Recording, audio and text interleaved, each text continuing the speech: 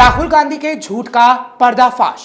राहुल गांधी शर्म से पानी पानी। राहुल गांधी कभी अमेरिका जाकर तो कभी देश में ही ये बताते हैं कि लोकतंत्र खतरे में है।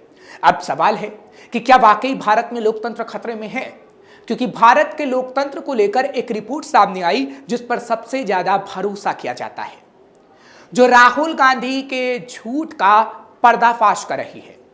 और तो और आय समानता को लेकर भी एक रिपोर्ट आई, उसने भी राहुल गांधी को झूठा साबित कर दिया। और इन रिपोर्ट को पढ़कर खुद राहुल गांधी शर्म से पानी पानी हो जाएंगे। नमस्कार, कैपिटल टीवी देख रहे हैं आप, मैं हूं आपके साथ हर्ष भारद्वाज।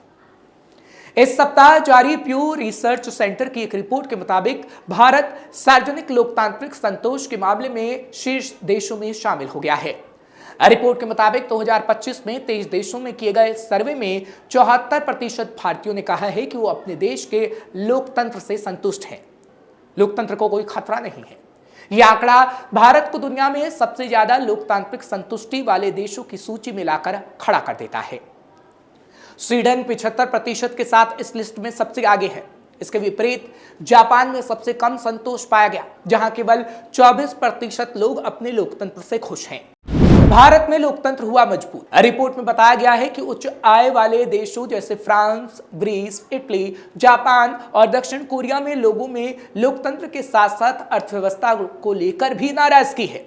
भारत जैसे देशों में जहां आर्थिक विकास और स्थिरता लोगों के भरोसे को मजबूत कर रही है, वहीं विकसित देशों में आर्थिक असंतुलन और नीतिगत असहमति के कारण लोकतंत्र पर लोगों का भरोसा कम होता दिख रहा है।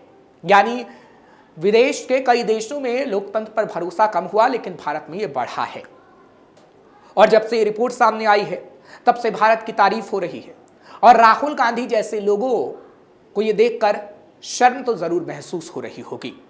सामाजिक समानता में भी भारत आगे। इतना ही नहीं, एक रिपोर्ट और सामने आई है जिसने राहुल गांधी को शर्म से पानी पानी कर दिया होगा।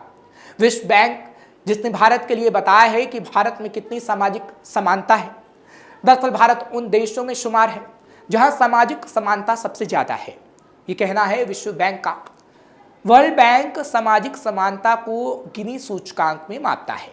इस वैश्विक संस्था ने अपने ताजा आकलन में भारत के लिए 25.5 गिनी इंडेक्स तय किया है। इस सूचकांक के साथ भारत आय समानता के लिहाज से दुनिया के देशों की सूची में चौथे नंबर पर है।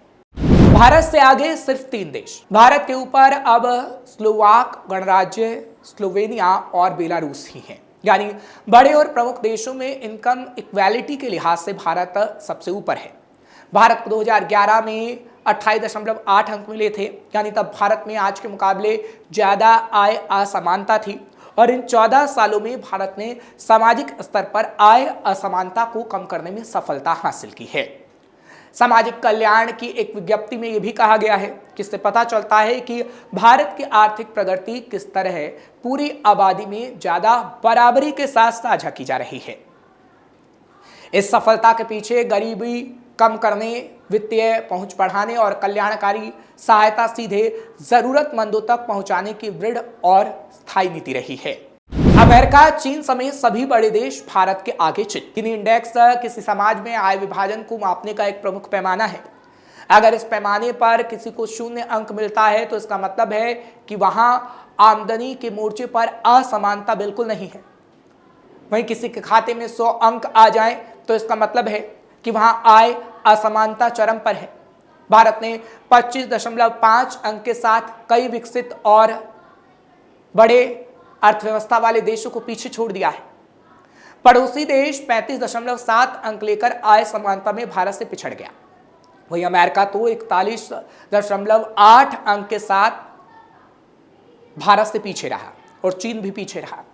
भारत ने आय समानता में G7 और G20 के सदस्य देशों से भी बाजी मार ली है। ये दोनों वैश्विक समूह दुनिया के ताकतवर देशों से मिलकर बने हैं।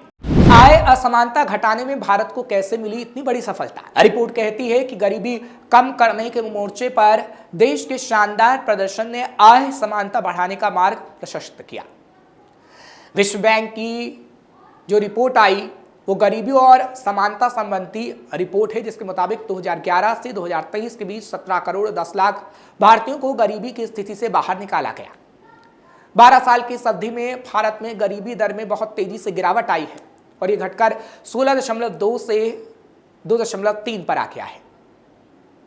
यह निष्कर्ष प्रतिदिन $2.15 रुपए प्रति व्यक्ति आय के पैमाने पर निकाला गया है। सरकार के प्रयासों से बदल रही भारत की तस्वीर। सोशल वेलफेयर की रिलीज में कहा गया है कि सरकारी पहलों ने इस बदलाव का आधार तैयार किया है। जैसे पीएम जनधन योजना जैसे प्रमुख सरकारी कार्यक्रमों ने वित्तीय समायोजन को बढ़ाया, जिसके नतीजे में 55 करोड़ नए बैंक खाते खुले। हर व्यक्ति की पहचान की डिजिटल प्रणाली आधार ने सरकारी योजनाओं को सही व्यक्ति तक पहुंचाने में मदद की है। जनधन, आधार और मोबाइल कनेक्टिविटी के कारण ज्यादा लाभ लोगों को मिला है। इसके तहत केंद्र और राज्य सरकारों की कल्याणकारी योजनाओं का लाभ बिना बिचौलियों के सीधे पहुंचा है लोगों तक। डीबीटी से 2023 के मार्च महीने में 3,48,000 करोड़ रुपए का घपला रुका था, वरना इतनी भारी रकम गलत हाथों में जाती।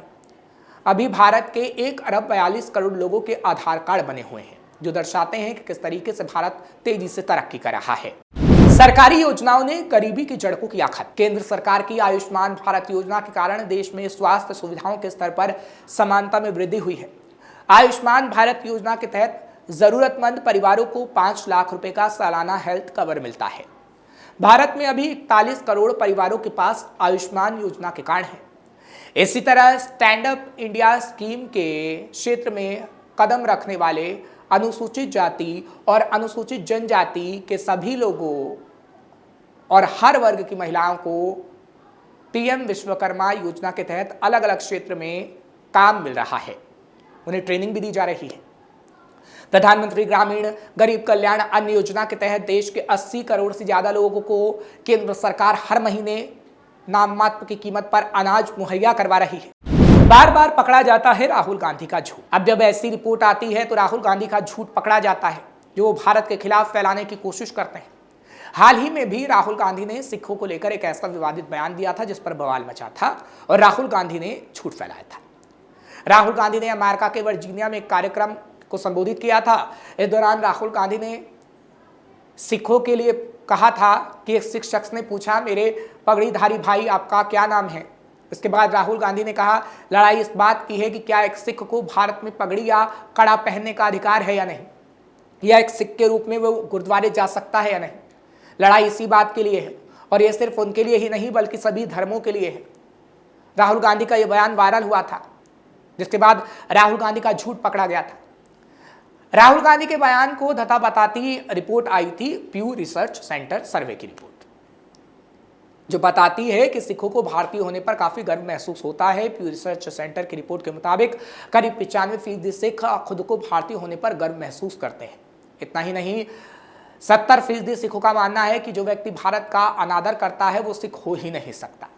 और ये प्यू रिसर्च कहती है, भारत के अन्य धार्मिक समूहों की तरह अधिकांश सिखों को ऐसा नहीं लगता कि उनके समुदाय के खिलाफ बड़े पैमाने पर भेदभाव होता है, लेकिन राहुल गांधी ने झूठ फैलाया था। प्यू रिसर्च सेंटर की यह रिपोर्ट 2021 में पब्लिश हुई थी।